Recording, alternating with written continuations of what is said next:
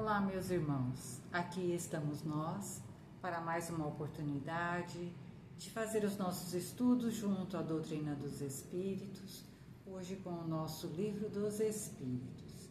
E antes de começarmos os nossos estudos, vamos fazendo aqui a nossa prece, agradecendo ao Pai por mais esta oportunidade. Assim, vamos pedindo a bênção dos amigos espirituais que aqui estão conosco, que eles tranquilizem a nossa mente, acalmem o nosso coração, para que possamos estar centrados nesses estudos, com o objetivo de aprender, de buscar entender essas verdades espirituais que estão à nossa disposição, para que possamos olhar a nós mesmos, o nosso próximo, a vida, com mais amor, com mais alegria, com superação das dificuldades, com entendimento da vontade do Pai. E é por esta oportunidade de estarmos mais uma vez aqui reunidos, é que pedimos a bênção do Pai e dos amigos espirituais para todos nós, que possamos a partir desses aprendizados fazer florir a boa vontade, o perdão, o entendimento, a boa vontade em nossos dias. Que assim seja, graças a Deus, graças a Jesus. Então, nós da comunidade espírita Caminheiros do Amor temos essas oportunidades de nos reunir ao redor do Evangelho segundo o Espiritismo e do Livro dos Espíritos durante toda a semana e também nas redes sociais, para realmente construir esse Filho de Deus, ciente dos seus deveres, ciente das suas responsabilidades e também dos seus direitos, não é? Então, assim, vamos caminhando mais felizes. E hoje, então, aqui com o Livro dos Espíritos, nós estamos no livro terceiro dentro do Livro dos Espíritos, né? A gente já fez bastante o Livro dos Espíritos. A gente agora está lá para a questão 702, a gente está iniciando um novo capítulo. É o capítulo 5 desse livro terceiro, que tem o nome de Lei de Conservação. E a gente vai fazer algumas questões hoje. Então, as primeiras questões aqui deste capítulo, que é um capítulo bastante interessante, né? Que vai falar como funciona a sabedoria divina na criação do universo, porque esse livro terceiro, que trata das leis morais, ele vai trazendo as leis divinas para nós conhecermos, e não se trata de leis que regem apenas a nós aqui do planeta Terra, mas são leis que funcionam para o universo. E é óbvio que nós estamos inseridos nele, inclusive nós, seres humanos, não é? Então, ela está falando a respeito de nós, né? E de toda a criação. Então, há necessidade dessa compreensão, realmente, não é? E vamos nós, então. Essa primeira parte chama-se instinto de conservação, que a gente vai aqui ver junto com o Kardec o plano espiritual. O que é esse instinto de conservação, né? Então, a gente pode entender que Deus tem um plano para o universo, né?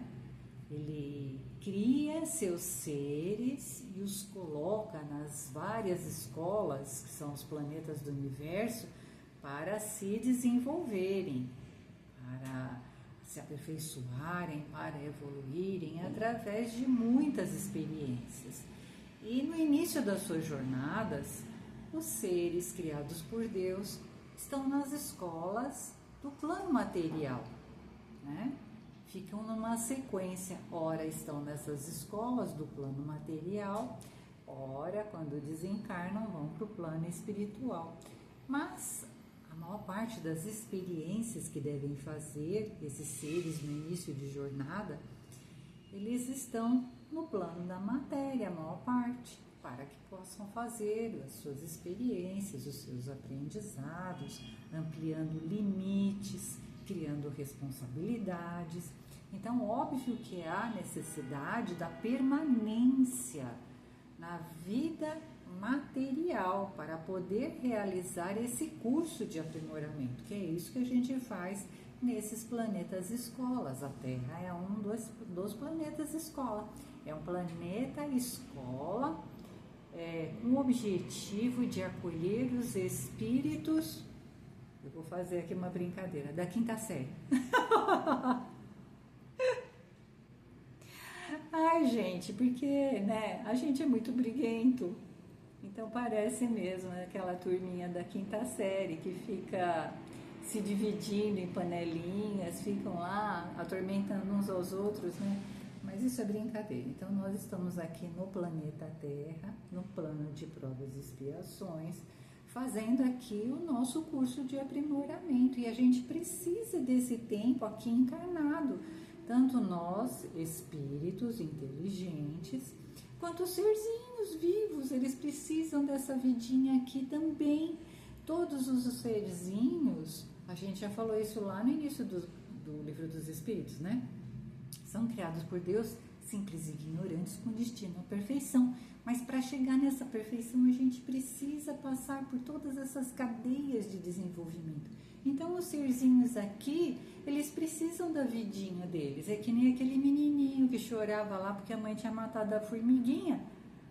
Coitadinha da formiguinha, porque a formiguinha também está fazendo seu aprendizado aqui. Então, o instinto de conservação, a lei da conservação, é esse plano de Deus que mantém a gente aqui, fazendo, aqui em outros planos, né, outros planetas, escolas, fazendo a sua experiência para aprender. Então, vamos lá ver com o Kardec as perguntinhas que ele vai fazer lá para o plano espiritual. 702. O instinto de conservação é uma lei da natureza? Sem dúvida, pelo que a gente já falou. Todos os seres vivos o possuem, qualquer que seja o seu grau de inteligência. Em uns é puramente mecânico e noutros é racional. Isso partindo do ser microscópico até nós, né? Os seres inteligentes aqui do planeta. Todos nós fazemos o uso deste instinto de conservação para, né, lutar, ampliar os nossos horizontes de experiência. Isso faz parte, né, desse grande aprendizado. Deus dá para a gente esse instrumento, essa força, essa energia do instinto de conservação, que a gente possa se manter aqui para poder fazer esse progresso. É quase que uma força inconsciente, ela está lá registrada, né, em todos os seres vivos da criação. Então, sim, sem dúvida nenhuma, o instinto de conservação, ele faz parte, né, de todos os seres. Exemplo, né, como a gente falou, que é desde o serzinho microscópio. Eu vou dar alguns exemplos aqui. No vegetal, por exemplo, né, os vegetais, eles foram se desenvolvendo ao longo, né, desse percurso da Terra, dela se aprimorar. Os vegetais desenvolveram o mecanismo da polinização, né? Então, é quase que uma associação que os vegetais e as plantas fazem com os insetos. E nesse trabalho em conjunto, existe benefício para os dois lados, para os insetos que se alimentam do pólen, né? E das plantas que produzem outros indivíduos da sua espécie. O heliotropismo, a planta também, né? Como o girassol e outras plantinhas, se você botar lá num cantinho que não tem luz, ela vai levar o galhozinho dela para um cantinho mais iluminado, buscando a luz do sol, né? Para ela fazer a fotossíntese, porque ela depende da luz do sol para continuar viva. Assim, nos animais, todo esse percurso de aprendizado, né?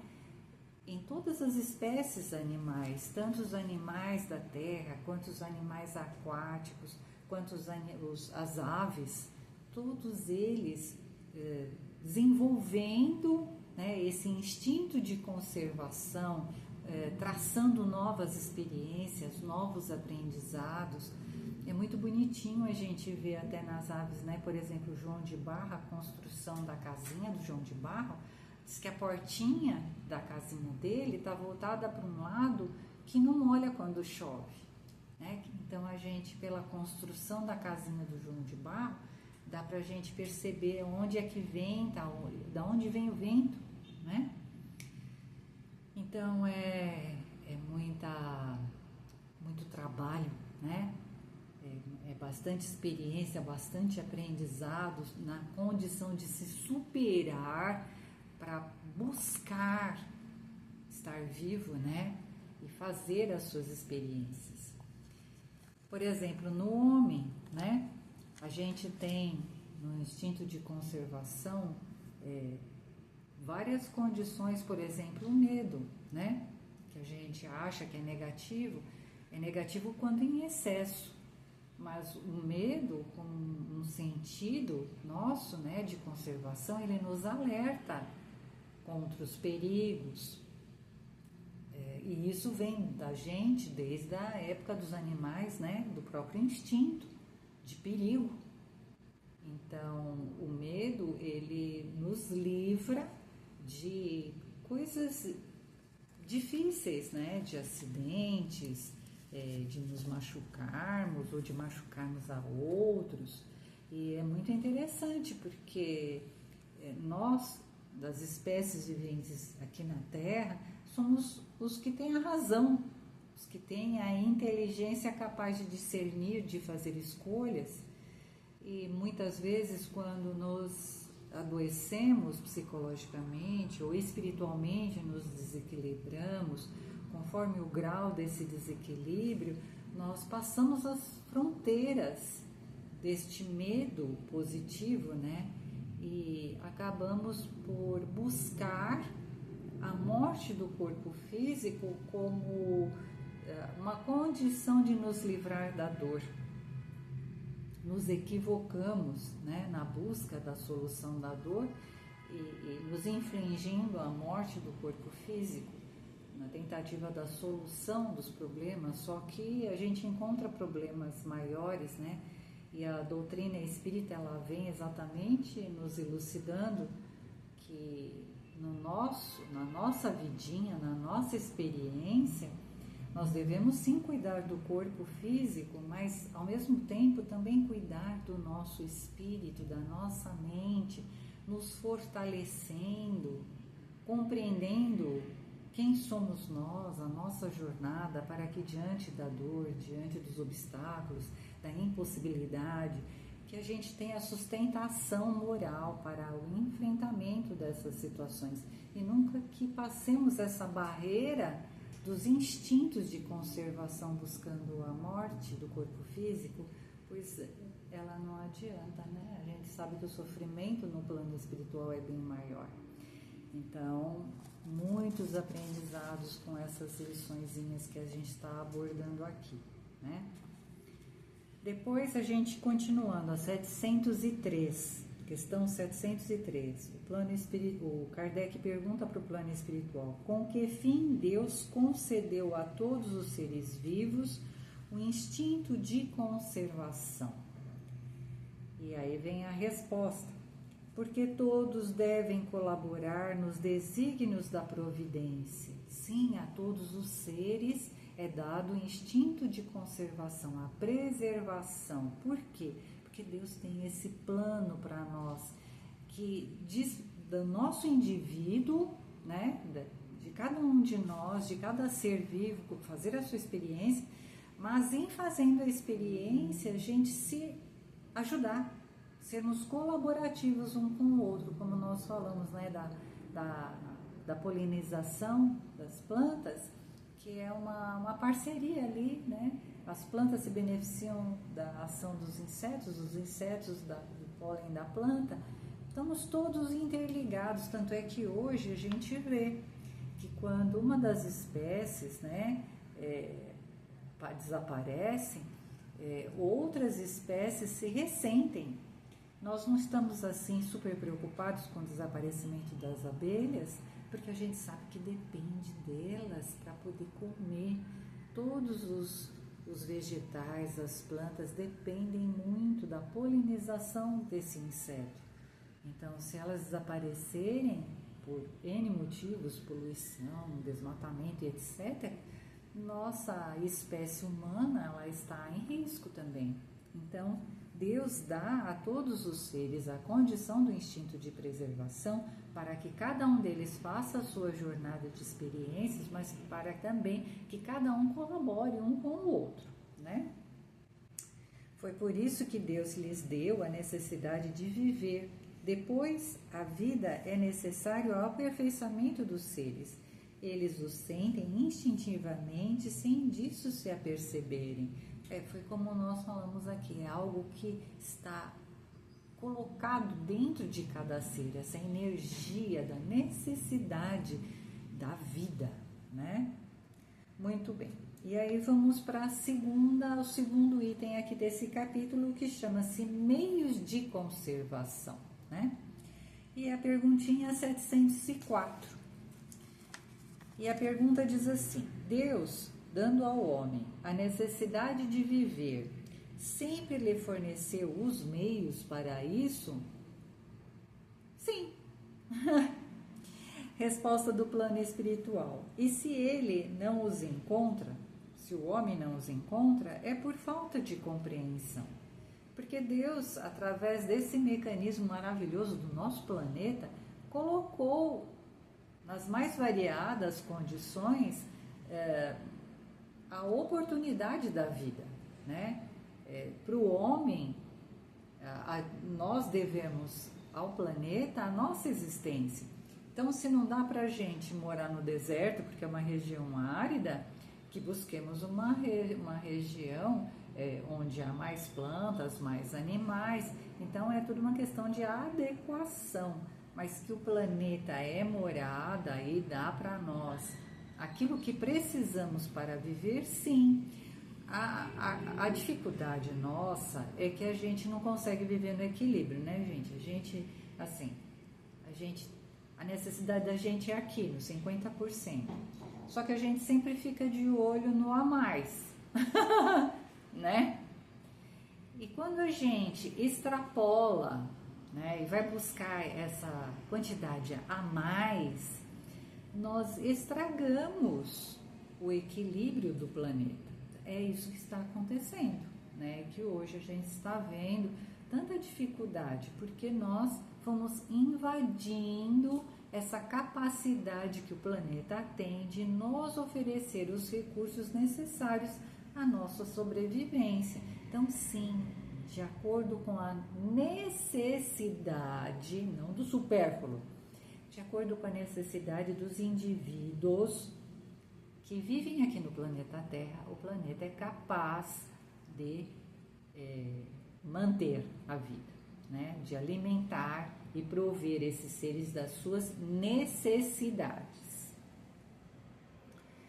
E aí completa aqui a resposta do plano espiritual, né? Deus não podia dar ao homem a necessidade de viver sem lhe dar também os meios. É por isso que faz a terra produzir de maneira a fornecer o necessário a todos os seus habitantes, pois só o necessário é útil, o supérfluo jamais o é. Então, o perigo é sempre passar do ponto de equilíbrio, extrair da terra mais do que ela possa nos dar, né? Então, fica aqui uma reflexão para nós, né? Como é que a gente anda adquirindo, né? Os bens, os alimentos, está de acordo com a nossa necessidade, ou a gente deixa estragar coisas nos armários, na geladeira, passa a validade, não é? Então a gente precisa buscar perceber, né? E hoje a gente está com tantas dificuldades aí na natureza, porque avançamos o sinal, né? Então, estamos repensando as nossas atitudes para com o planeta.